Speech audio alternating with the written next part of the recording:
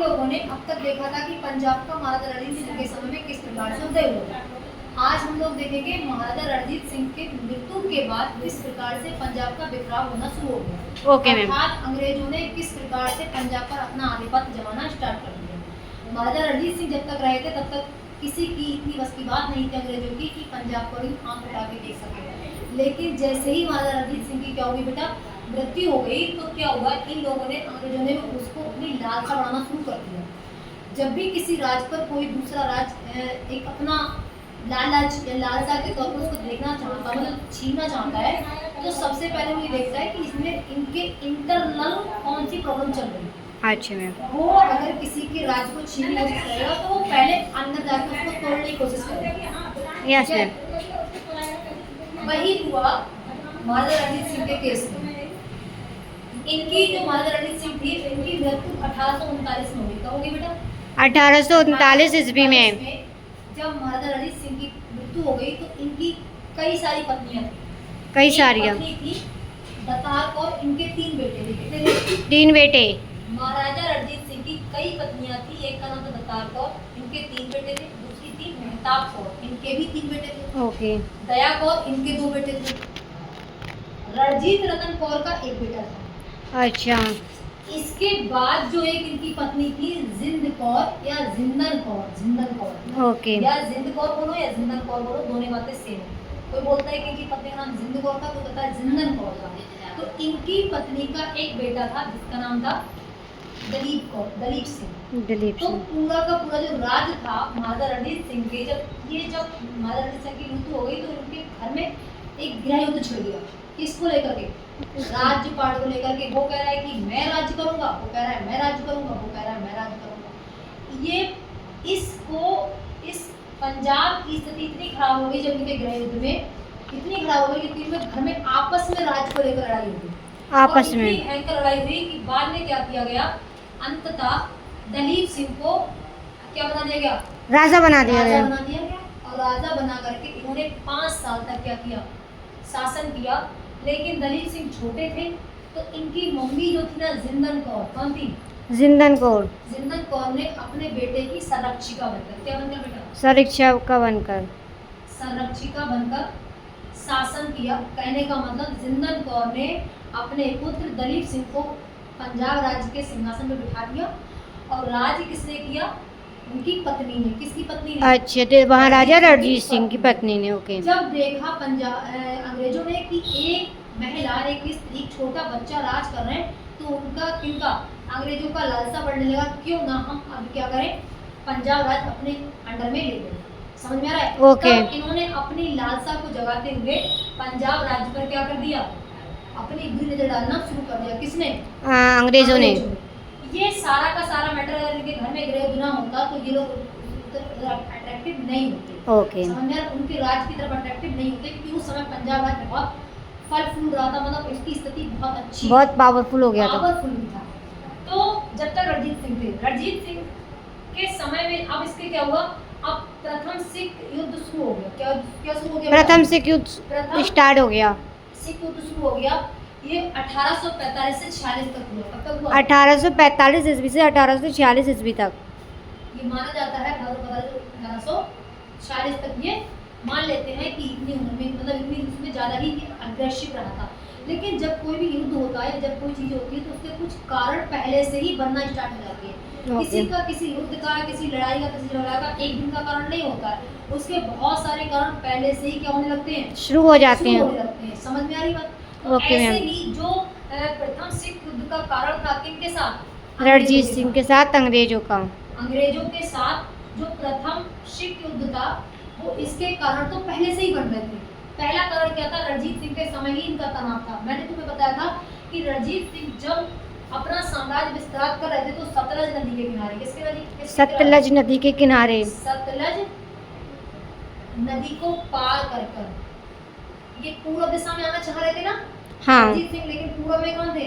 अंग्रेज थे। तो अंग्रेजों ने संधि कर ली थी। अमृतसर की संधि। कौन सी करी थी? अमृतसर की संधि। और वो करी थी 1809 में। वो करी थी 1809 में अमृतसर संधि के तहत अंग्रेजों को मुक्की खानी पड़ी थी, अर्थात कहने का मतलब अंग्रेज इस संधि को मानने के लिए बाध्य ना होते हुए उनको माननी पड़ी, क्योंकि महाराजा रणजीत सिंह की क्या कर रहे थे कि डर रहे थे। डर रहते कि हमारे आक्रमण पे मतलब कब्जा निकलने हमारे राज्य पे। तो ये रणजीत सिंह का जो था पहले से इनका क्या था, तनाव था। इनको ये मौका मिल गया कि अब तो महाराजा रणजीत सिंह है ही नहीं, तो हम क्या कर सकते हैं, अपना साम्राज्य विस्तार उधर को कर सकते हैं। तो सतलज को हमने क्या बनाई थी, एक सीमा रेखा बनाई थी। अब हम लोग इस सीमा रेखा को पार करके युद्ध के लिए आह्वान दे सकते हैं। पहला कारण तो ये था अमृतसर संधि। अमृतसर की संधि हो गई। पहला कारण अमृतसर की संधि थी कि अमृतसर की संधि के तहत उन्होंने क्या किया था, महाराजा रणजीत सिंह से इन्हें ना मानते हुए भी संधि करनी पड़ी, क्योंकि उनको बहुत डर था कि ऐसा हो पूरा साम्राज्य हमारा ये क्या कर लें, हड़प कर लें। पहला कारण तो ये हो गया। दूसरा कारण था पंजाब में अराजकता। 1839 में मैंने आपको बताया कि 1839 में रणजीत सिंह की मृत्यु हो गई, तो उनके पंजाब में राज और साम्राज्य को बंटवारे को लेकर के क्या फैल गया, अराजकता फैल गई। अराजकता फैलने के बाद आपस में भाई भाई लड़ने लगे, पत्नियां आपस में लड़ने लगी। जब राज्य को लेकर अराजकता फैली तो इस बात का भी मौका किसको मिल गया, अंग्रेजों को मिल गया। जब किसी घर में कलेश होता है तो आपने देखा होगा पड़ोसी तो सबसे पहले क्या करता है, इंटरफेयर करता है, करता है कि नहीं करता। तो ऐसे ही जब पंजाब में अराजकता फैली कि ग्रे फैमिली को लेकर के, तो इन्होंने क्या किया, 39 में ही तो एक कारण को और मिल गया। दूसरा कारण था अंग्रेजों की सैनिक गतिविधियां। अंग्रेज जो थे ना वो धीरे धीरे कुछ ना कुछ गतिविधि कर रहे थे। जैसे कि सतलज नदी को पार करके इन्होंने बाउंड्री बनाई थी पूर्व दिशा में ना जाने की। इन्होंने क्या किया, अंग्रेजों ने उसी बाउंड्री को क्रॉस करके पश्चिम में जाना स्टार्ट कर दिया। मतलब सतलज नदी को पार करना शुरू कर दिया। क्या कर दिया बेटा, सतलज नदी को पार करना शुरू कर दिया। जब ये बात सिखों को पता लगी कि जब महाराजा रणजीत सिंह अमृतसर की संधि में कह के गए थे कि भाई इस वाली बाउंड्री से तुम्हें पार नहीं होना है, लेकिन उन्होंने क्या किया, गतिविधियां स्टार्ट कर दी।